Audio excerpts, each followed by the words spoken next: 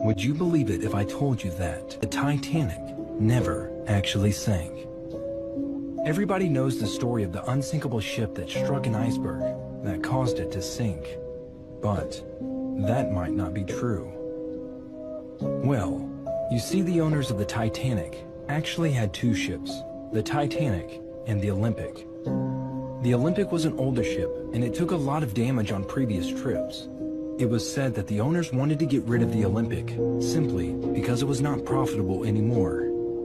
So, when the Titanic was about to set sail, the owners swapped it out with the Olympic and gave it a fresh coat of paint so that they could recoup some of the insurance money to cover the RMS Olympic. What if I told you the Titanic never sank? What? So the owner of the boat, JP Morgan, actually had two boats. He had the Titanic and he had the Olympic. And the Olympic was a little bit older and a little bit more run down, and it was also in some accident. Okay. So the theory is that JP Morgan sank the boat on purpose because he knew he would get a lot of money. What? He did it for the insurance money, right? But why sink the newly built Titanic when you could scratch off the paint, swap the names, and sink the Olympic instead? He just painted the word Titanic over the Olympic? It gets worse. Guess who was on that boat? Who? I know there's a lot of people on the boat. All of JP Morgan's business competitors. What? And not one of them made it out. Oh my god. But guess who wasn't on the boat? Who? JP Morgan. Was he supposed to be? He canceled minutes before it left. Because he knew it was gonna sink. And there was a guy named James Fenton, right, who survived and worked on the boat. And on his deathbed, his last words were, "The Titanic never sank. It was the Olympic." Wait, what? And he said that if he said anything, something bad would happen to him. So what you're trying to say is the movie Titanic's actually called the Olympic? Exactly.